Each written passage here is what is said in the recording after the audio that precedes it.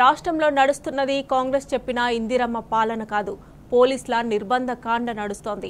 అధికారంలోకి రాకముందు నోటికొచ్చినట్లు హామీలిచ్చిన రేవంత్ సర్కార్ పీఠమెక్కగానే కాకీలతో ప్రశ్నించే ప్రజా గొంతుకను నొక్కేస్తున్నది. చెప్పింది చేయడం చేతగాక ప్రజా హక్కులపై ఉక్కుపాదం మోపుతున్నది. నియంతృత్వ పోకడ్లతో కక్ష సాధింపునకు దిగుతోంది. ప్రస్తుత ప్రభుత్వానికి వ్యతిరేకంగా ఎవరు గొంతెత్తినా అరెస్టులే, ఎక్కడ పర్యటించినా ముందస్తు అరెస్టులే జరుగుతున్నాయి.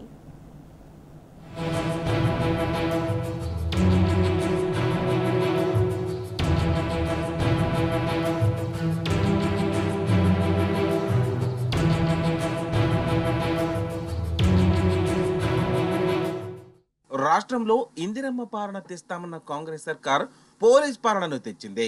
అధికారంలోకి రాకముందు ఇచ్చిన అడ్డగోలు హామీలను నెరవేర్చలేక కాకేలను ముందు పెట్టుకొని పరిపాలన కొనసాగిస్తోంది. ప్రశ్నించే గొంతుకను నొక్కేస్తోంది. 8 నెలల రేవంత్ పాలనలో పోలీసుల నిర్బంధకాండ నిత్య కృత్యమైంది. నిరుద్యోగ ఉద్యోగ వర్గాలను గడప దాటకుండానే అరెస్టు చేయడం ఒక వంతైతే, రోడ్ల మీదకు వచ్చిన వారిని నిర్దాక్షిణ్యంగా ఈడ్చుకుంటూ పోలీసు వాహనాలు ఎక్కించి ఠాణాలకు తరలించడం మరో వంతు. ఇలా రేవంత్ సర్కార్ నియంతృత్వ పోకడలతో కక్ష సాధింపులకు దిగుతోంది. ప్రజా హక్కులపై ఉక్కుపాదం మోపుతోంది. రాష్ట్రంలో ఎక్కడ చూసినా అక్రమ అరెస్టులు నిత్య కృత్యంగా మారాయి.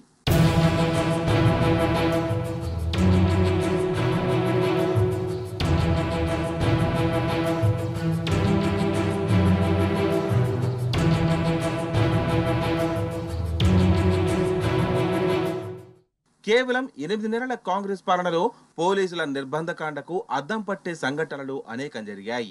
డిమాండ్ల సాధనకు నిరసనకు దిగిన డిఎస్సి అభ్యర్థులను ఓయూ క్యాంపస్ లో ఉరికించి మరీ అరెస్టు చేయించారు. నిరుద్యోగుల్లో మహిళలు ఉన్నారని కూడా చూడలేదు.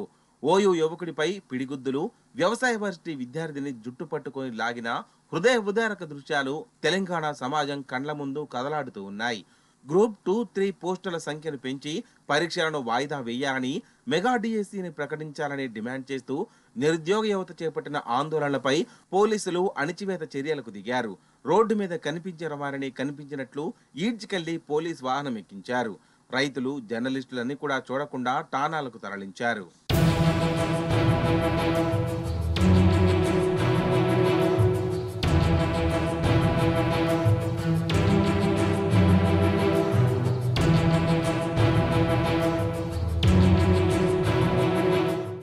కోటిలో ఆశా వర్కర్ల ఆందోళనలు పోలీసులు అడ్డుకున్నారు. తమ సమస్యలపై సీఎంను కలిసి గోడు చెప్పుకుంటామన్న గురుకుల అభ్యర్థుల అభ్యర్థనను అణిచివేశారు. అసెంబ్లీ ముట్టడికి వచ్చిన సమగ్ర శిక్షా అభియాన్ కాంట్రాక్ట్ అవుట్సోర్సింగ్ ఉద్యోగులను నిర్దాక్షిణ్యంగా స్టేషన్లకు తరలించారు. అంగన్వాడీ టీచర్లు, ఆయాల గొంతు నొక్కి చర్యలకు దిగారు. మధ్యాహ్న భోజన కార్మికులు తమ సమస్యలు పరిష్కరించాలని కోరుతూ ఈ నెల 31న చెలో అసెంబ్లీ చేపట్టారు. అయితే 30న రాత్రికి రాత్రే మిడ్ డే మీల్స్ కార్మిక సంఘాల నాయకులను అరెస్టు చేశారు. తమ న్యాయమైన డిమాండ్లను పరిష్కరించాలని కోరుతూ అసెంబ్లీకి వెళ్లి విజ్ఞప్తి చేయాలనుకున్న పెద్దపల్లి ఆటో డ్రైవర్లను కమాన్పూర్ పోలీసులు అదుపులోకి తీసుకున్నారు. డిమాండ్ల సాధన కోసం ధర్నాకు బయలుదేరిన పంచాయతీ కార్మికులను ధర్మారం మండలం కేంద్రంలో అరెస్టు చేసి స్టేషన్ కు తరలించారు. ఎన్నికల్లో ఇచ్చిన హామీలు అమలు చేయాలని డిమాండ్ చేస్తూ అసెంబ్లీ ముట్టడికి వెళ్తున్న సిఆర్పీలను అర్ధరాత్రి అని చూడకుండా మంతని పోలీసులు అరెస్టు చేశారు.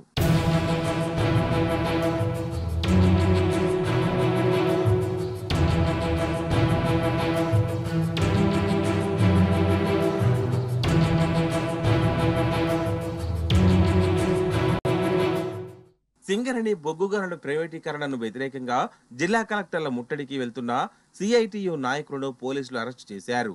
బొగ్గుగాని బ్లాక్ ను సింగరేణికి కేటాయించాలని చెలో హైదరాబాద్ చేపట్టిన కార్మిక సంఘాల నాయకులను అరెస్టు చేశారు.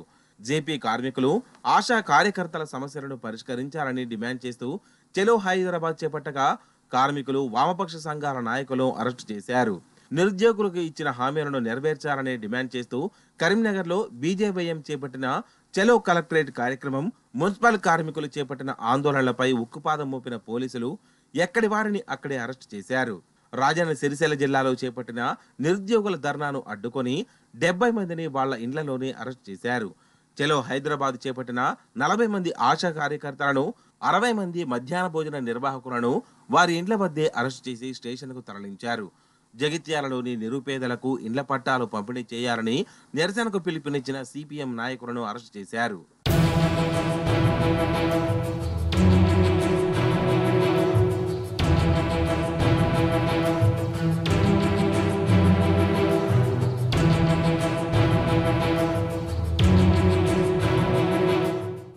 వరంగల్కు సీఎం సహా మంత్రులు వచ్చిన సమయంలో పోలీసులు ముందస్తుగా నిరుద్యోగులు, విద్యార్థి సంఘాల నాయకులను నిర్బంధించారు. సీఎం పర్యటన ముగిసే వరకు పోలీస్ స్టేషన్లోనే ఉంచారు. దళిత బంధు కోసం దళిత నేతలు కామారెడ్డి కలెక్టరేట్ ను ముట్టడించాలనుకుంటే ఉక్కుపాదం మోపారు. పాల బిల్లుల కోసం రోడ్డెక్కిన కోటగిరి పాడి రైతుల నిరసనను అడ్డుకున్నారు. వడ్లు కొనాలంటూ కామారెడ్డి మార్కెట్లో ఆందోళనలు చేసిన రైతులపై వరికి బోనస్ ఇవ్వాలన్న బీఆర్ఎస్ నేతల నిరసనలపై ఉక్కుపాదం మోపి అరెస్టులు చేశారు.